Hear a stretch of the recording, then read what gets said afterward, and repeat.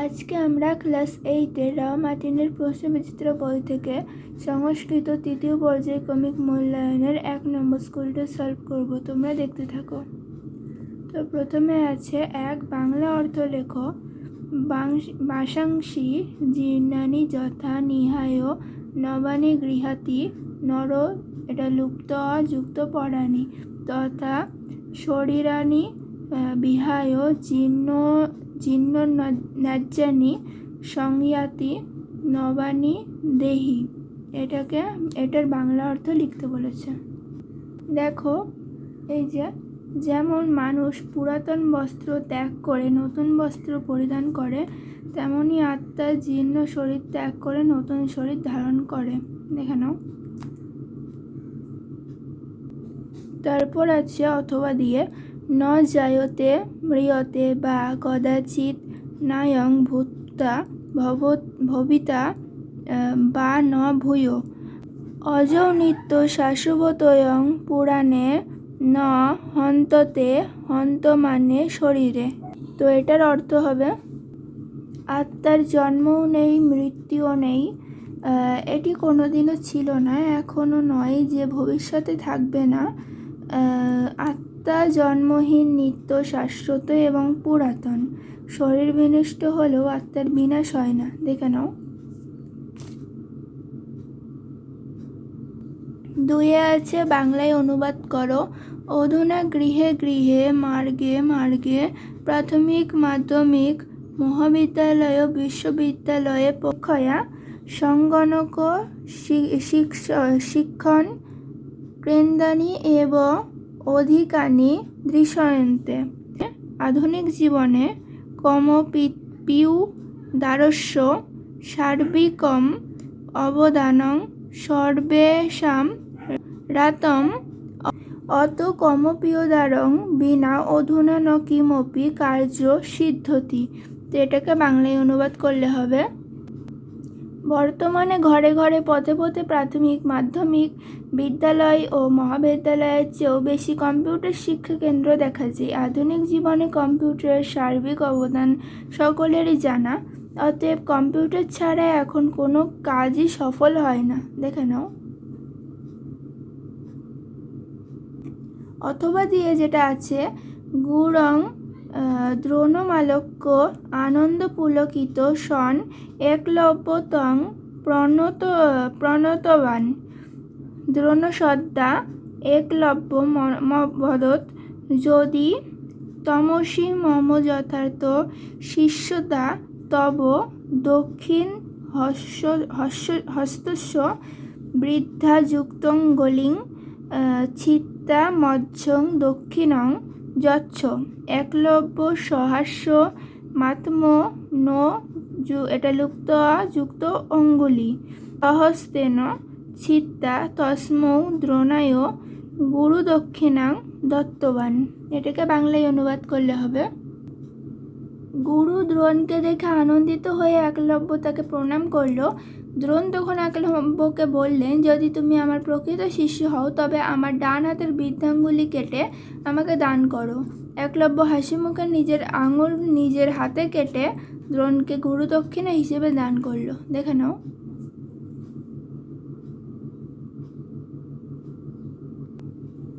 তিনে আছে বাংলা অর্থ লেখো। 3-1 রয়েছে সংয়াতি, 3-2 রয়েছে শপথ স্ম, 3-3 রয়েছে ধনমানৌ, 3-4 রয়েছে নাসিতা, 3-5 রয়েছে প্রতিকৃতে। তো এগুলির বাংলা অর্থ বের করতে বলেছে। 3-1 সংজাতি গমন করে বা প্রাপ্ত হয়, 3-2 শপথ স্ম শপথ করেছিল, 3-3 ধনমানৌ ধন বা মান, 3-4 নাসিতা নষ্ট করা হয়েছে, 3-5 প্রতিকৃতে প্রতিকৃতির বা প্রতিবিম্বের। দেখে নাও। 4 রয়েছে দেবনাগরী হরফে সংস্কৃত ভাষায় অনুবাদ করো। দিনের বেলা খাওয়ার পর হাঁটা উচিত নয়। কুটিরের কাছে মুনি এক ইঁদুর ছানাকে দেখেছিলেন। বালিকা দুটি আনন্দে নৃত্য করছে। প্রতিমা রামায়ণ পড়তে ইচ্ছে করে। পিতা পুত্রকে দেখে আনন্দিত হয়েছিলেন। যার যশ আছে সে চিরদিন বেঁচে থাকে। মিথ্যে কথা বলো না। তো এগুলিরকে দেবনাগরী হরফে সংস্কৃত ভাষায় অনুবাদ করতে বলেছে। তো এখানে বলেছিল দেবনাগরী হরফে, আমি দেবনাগরী হরফেটা লিখে দিইনি, আমি শুধু এই সংস্কৃত ট্রান্সলেটটা করে দিয়েছি। তোমরা কিন্তু অবশ্যই দেবনাগরী হরফে লিখে নেবে। তো 4-এর একে আছে দিবা ভোজনে পরং ভ্রমণং ন কর্তব্যম। কুটিরস্য 2 আছে কুটিরস্য সমীপে মুনি একং মুষিক শাবকং অপশ্যত। 3-এ রয়েছে বালকে আনন্দে নৃত্যতি। প্রতিমা রামায়ণং পঠিতুং ইচ্ছতি। পিতা পুত্রং দৃষ্টে আনন্দিত অভবৎ। যস্য যস্য অস্তি স চিরং জীবতি। মিথ্যা মা বদ। দেখে নাও। আছে নিম্নলিখিত প্রশ্নগুলির উত্তর দাও। হৃদ বিভক্তি যোগ করে সংস্কৃত ভাষায় একটি বাক্য লেখো। ক্রিয়াপদ কাকে বলে? দুজনেন সহ ন বসে। তো এই বাক্যটি থেকে ক্রিয়াপদ চিহ্নিত করতে বলেছে। কৃদন্ত ব্রত কাকে বলে? ধাতুর পূর্বে উপসর্গ বসলে অসমাপিকার ক্রিয়ার ক্ষেত্রে কোন প্রত্যয় হয়? তো এগুলির উত্তর হবে। তো প্রথমে আছে 5-এর 1 লিড বিভক্তি ভবিষ্যৎকালে ব্যবহৃত হয়, যেমন স্বপঠিষ্যতি। 2-এ আছে যে পদ দ্বারা কোনো কাজ করার বোঝায় তাকে ক্রিয়াপদ বলে, যেমন দুজনেন সহ ন বসেত, এটা বসেত, এটা ক্রিয়াপদ। তারপর আছে ধাতুর সঙ্গে কৃত প্রত্যয় এবং ত, তব, তু, লব, তুমুন ইত্যাদি অব্যয় প্রত্যয় যোগে গঠিত পদকে বলা হয় কৃদন্ত পদ, যেমন পঠিতব্যব, গত্তা ইত্যাদি আরও আছে। ধাতুর পূর্বে উপসর্গ বসলে অসমাপিকা ক্রিয়ার ক্ষেত্রে লব প্রত্যয় ব্যবহৃত হয়। দেখে নাও।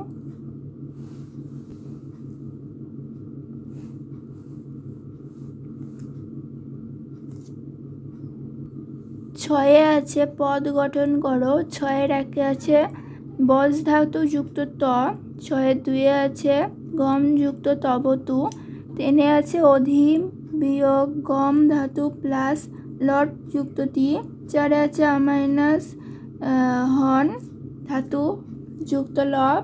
5-এ আছে খাদ ধাতু যুক্ত তুমুন। তো এগুলির উত্তর হবে বজ যুক্ত ত বক্ত, গম যুক্ত তবতু গন্তব্যম, অধি মাইনাস গম যুক্ত লট তি অধিগচ্ছতি, আ মাইনাস হন যুক্ত লব আহত্য, খাদ যুক্ত তুমুন খাদিতুম। দেখে নাও।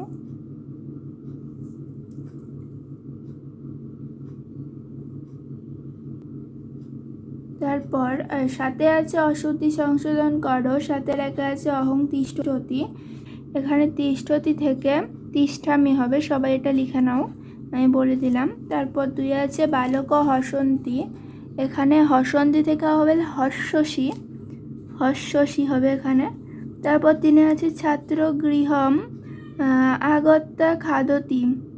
এখানে হবে ছাত্র গৃহম আগত্য খাদতি। এখানে তয় আকারটা না দিয়ে এখানে তয় জফলা হয়ে যাবে, মানে বয়ের উচ্চারণ এটা ঠিকই আছে, শুধু আকারটা আর হবে না। তারপর 4-এ লিখতে হবে স চন্দ্রং পশ্যতি। এখানে স চন্দ্রং পশ্যতি, এখানে স চন্দ্রং পশ্যতি, এখানে পশ্যয়তি আছে, এখানে শুধু পশ্যতি হবে। তারপর আছে প্রাতে বয়ং তত্র গচ্ছন্তি। এখানে প্রাতে বয়ং তত্র গচ্ছন্তি থেকে হবে গচ্ছাম। তারপর আছে গৃহস্য নিকষা বিদ্যালয়ং বিদ্যতে। এখানে হবে গৃহস্য নিকষা বিদ্যালয় বিদ্যতে, বিদ্যালয়ংটা হবে না, বিদ্যালয় হবে। তারপরে আছে শূন্যস্থান পূরণ করো। পিতরও পদটির অর্থ ড্যাশ, যুষ্মদ একটি ড্যাশ পদের উদাহরণ। ধাতুর সঙ্গে যে বিভক্তি যুক্ত হয় তাকে ড্যাশ বিভক্তি বলে। সম্প্রদানকারক সাধারণত ড্যাশ বিভক্তি হয়। ক্রিয়ার আধারকে ড্যাশ বলে। 6-এ আছে সংস্কৃত ভাষায় সর্বনাম পদের সংখ্যা ড্যাশটি। তো এগুলির উত্তর হবে পিতরও পদটির অর্থ পিতা ও মাতা। যুষ্মদ একটি সর্বনাম পদের উদাহরণ। ধাতুর সঙ্গে যে বিভক্তি যুক্ত হয় তাকে ক্রিয়া বিভক্তি বলে।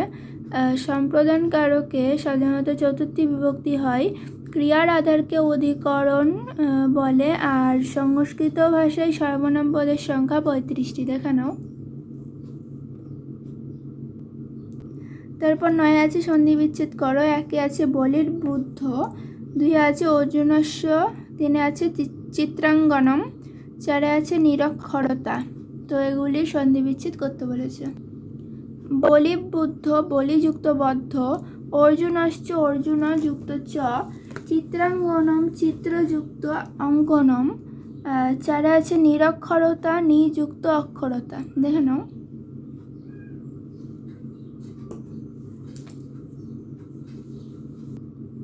দশে আছে সংস্কৃত ভাষায় বাক্য রচনা করো।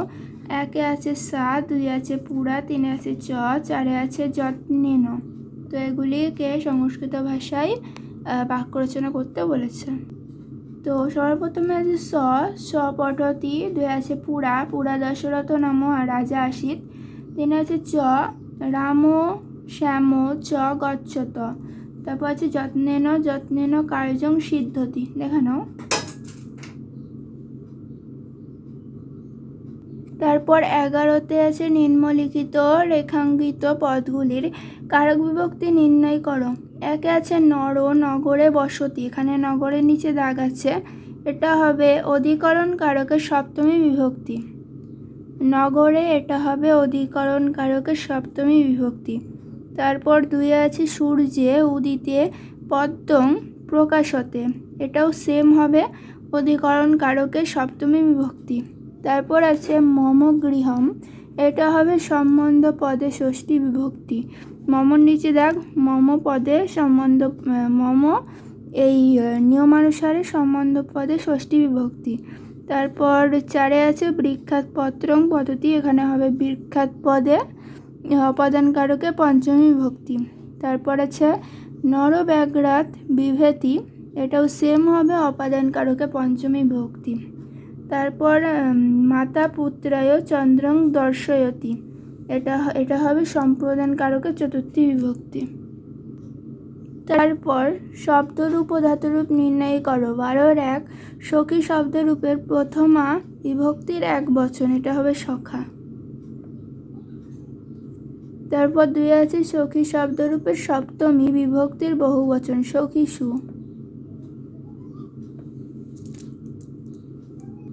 তারপরে আছে ধাত্রী শব্দরূপের সপ্তমী বিভক্তির 1 বচন, এটা হবে ধাতরি। তারপরে আছে ধাত্রী শব্দরূপের দ্বিতীয় বিভক্তির বহু বচন, এটা হবে ধাত্রীন। ডবল রি হবে। তারপর আছে যুষ্মদ শব্দরূপের দ্বিতীয় বিভক্তির দ্বিবচন, এটা হবে যুবাম। তারপর আছে পিতৃ শব্দরূপের তৃতীয় বিভক্তির 1 বচন, এটা হবে পিত্রা। তারপর আছে নদী শব্দরূপের চতুর্থী বিভক্তির বহু বচন, এটা হবে নদীভ্য। তারপর আছে নদী শব্দরূপের ষষ্ঠী বিভক্তির দ্বিবচন, এটা হবে নদ্য। তারপর আছে ধাতুরূপ, এগুলো গেলে শব্দরূপ, এগুলো আসবে ধাতুরূপ। ভূ ধাতুরূপের লোট বিভক্তির প্রথম পুরুষ দ্বিবচন, এটা হবে ভবতাম।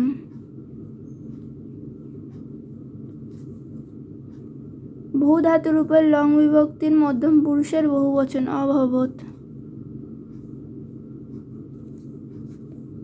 ভূ ধাতুরূপের ঋট বিভক্তির উত্তম পুরুষের 1 বচন, ভবিষ্যামি।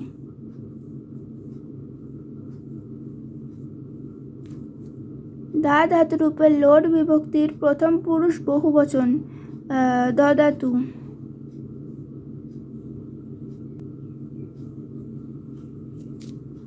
তারপরে আছে দা ধাতুরূপের বিধিলিঙ্গ বিভক্তির মধ্যম পুরুষ 1 বচন, এটা হবে দদ্দা। দা ধাতুরূপের ঋট বিভক্তির উত্তম পুরুষ বহুবচন, দাস্যম।